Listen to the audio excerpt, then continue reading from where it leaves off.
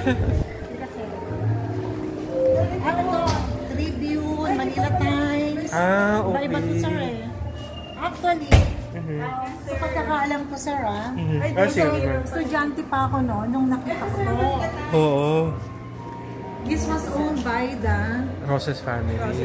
Again, kasi, di ba nabili lang naman ng Lasal ito sa Emilio Aguinaldo.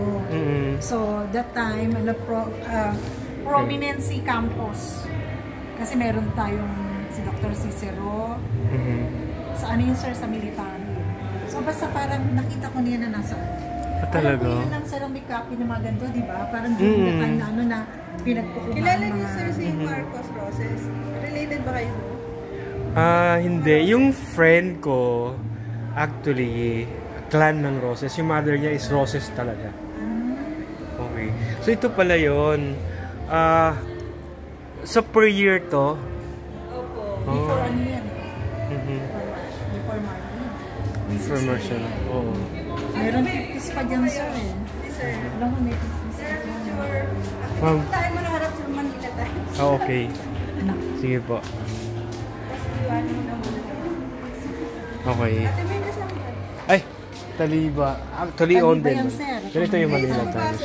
Manila Times, sir, sa baba. Okay. Focus mo na lang. Okay. Okay, 1, 2. Sir, picture.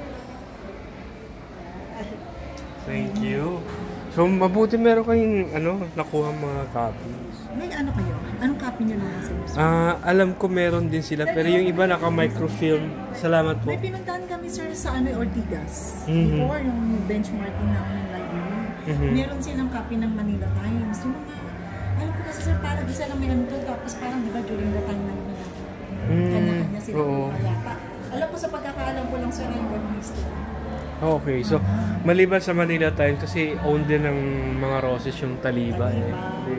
Meron dyan Tribune, ano marami, ayun pa sir, sa taas. Talaga? Yan sir. Talaga? Yes sir. Kaya kung titingnan mo, sa aming mga ordinaryong tao, walang ano yan. Walang halaga. Pero sa mga katulad. Oo. Grabe, no? So again, dito yung record ng Manila Times. Dito nakatago, naka-imbak sa De La Salle University, Dasmariñas. Tulad to, 1969. 1959. 1967. 1964. 1958. Anong ngayon, sir? 1958. Hindi ko lang alam naman. 1958 pa, 1953. Bagong buhay. Bagong buhay. So imagine, maliban dyan, ito pa yung naka-imbak na. Ito pa. Ito pa. Talagang Manila Times, 1949.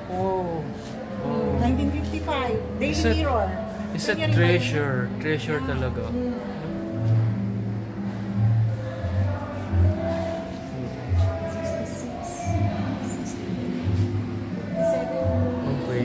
So talagang na-preserve to, laging yung aircon.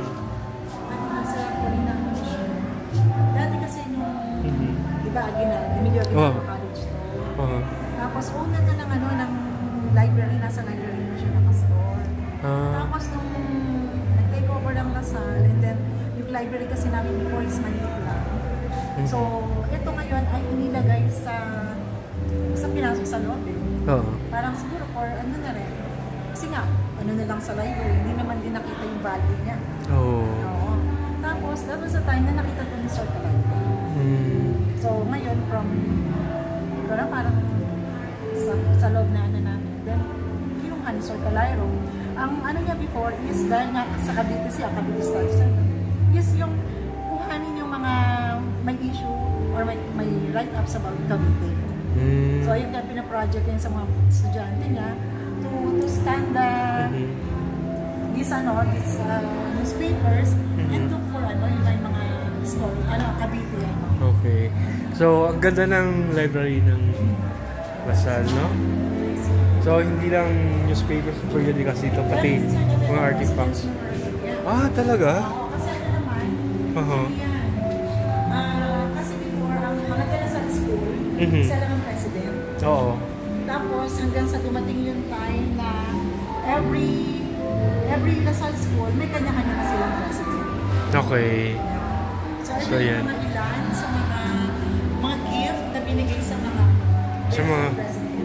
Wow. Including Brother Andrew Gonzalez. Andrew Gonzalez. Brother Donato. Mm-hmm. Yung mga iba pa. Or yung isang picture.